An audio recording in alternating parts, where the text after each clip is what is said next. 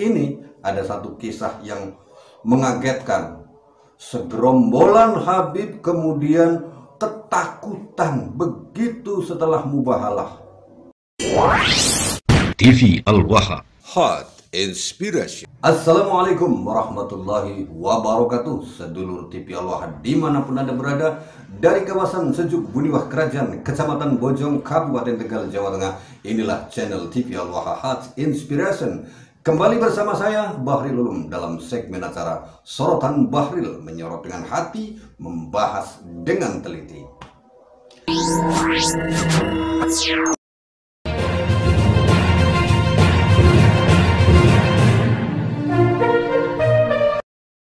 Sedulur TV Al-Waha, berulang kali dan sudah puluhan orang-orang yang mengaku sebagai keturunan Nabi Muhammad dan juga mukibin-mukibinnya, itu yang mempertahankan pendapatnya, yang tetap meyakini bahwa Habib itu sebagai keturunan Nabi Muhammad. Mereka kemudian nekat melakukan mubahalah.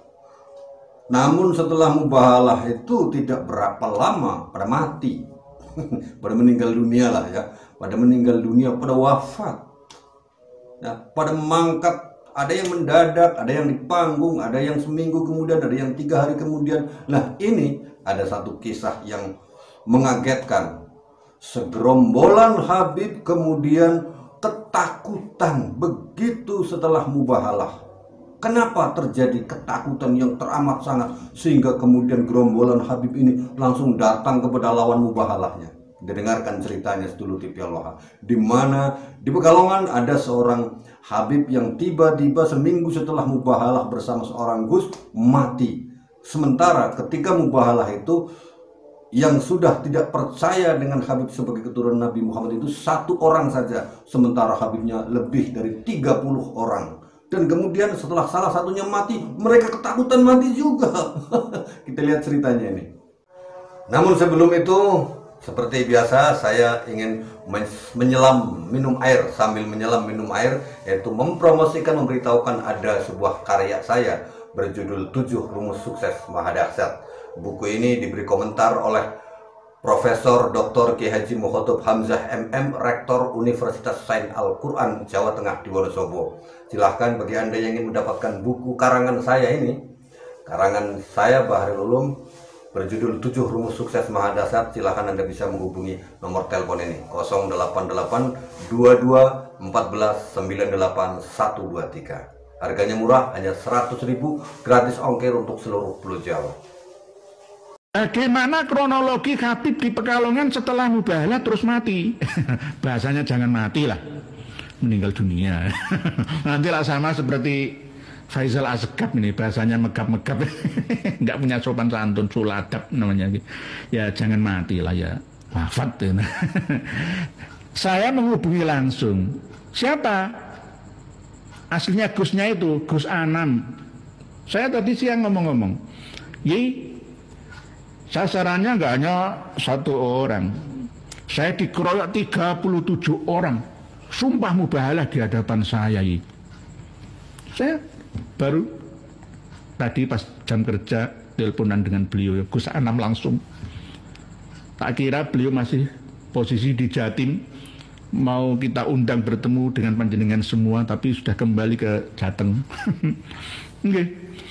Jadi kronologinya itu memang ada acara di rumah saudaranya Habib dari marga Baswedan itu loh. Terus ya berbantah-bantahan tentang termasuk habaib, pandangan agama dan lain sebagainya. Mereka tetap mukibin aku, dan akhirnya nantang-nantang di hadapan Gus Anam ini. Nah, akhirnya ya nggak mau ya mubahalah itu disaksikan banyak orang. Ini sasaran tembaknya tidak 1 orang yang akan tumbang. Dia 37 orang. 37 orang ini. Jadi berbahaya.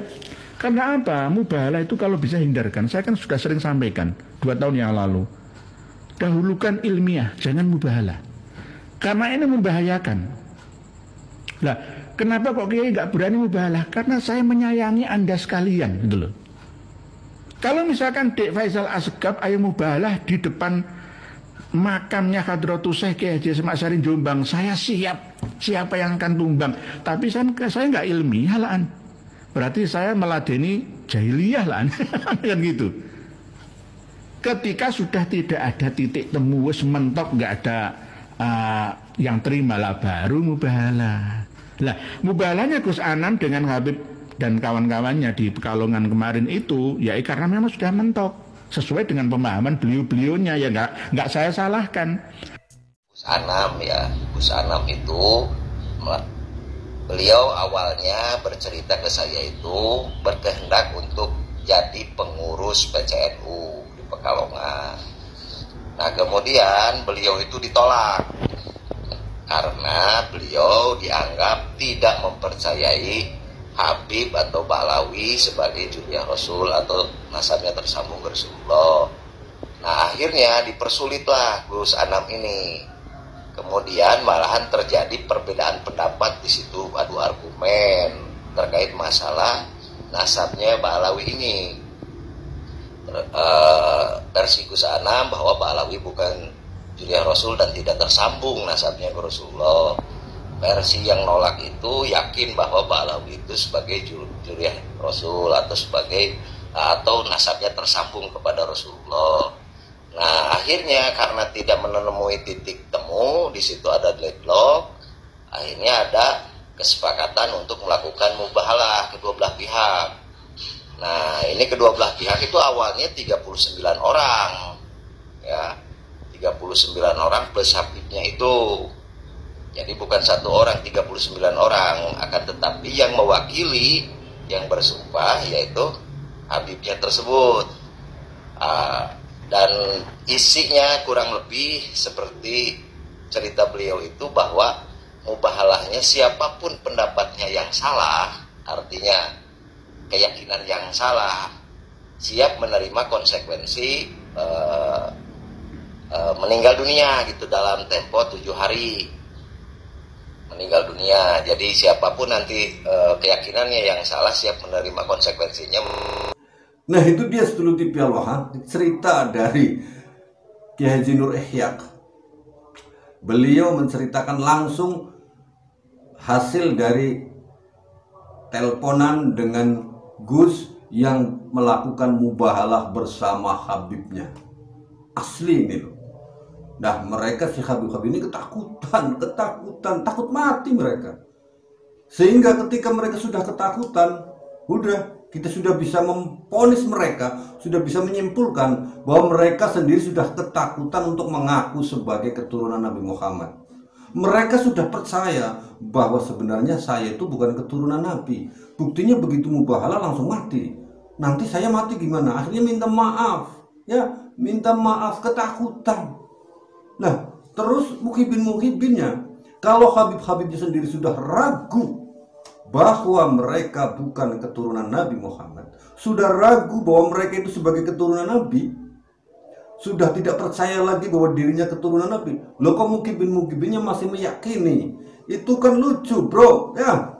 Jadi mari sedulur-sedulur muhibin, sedulur-sedulur pribumi Nusantara, berpikirlah yang waras. Mereka yang kalian anggap sebagai keturunan Nabi Muhammad saja hari ini sudah ragu dengan keasliannya sebagai keturunan Nabi Muhammad. Lantas kenapa Anda sebagai seorang yang mengikuti mereka sebagai keturunan Nabi Muhammad masih tetap menyanjung-nyanjung mereka, sementara mereka sendiri sudah ragu kalau dirinya keturunan Nabi Muhammad?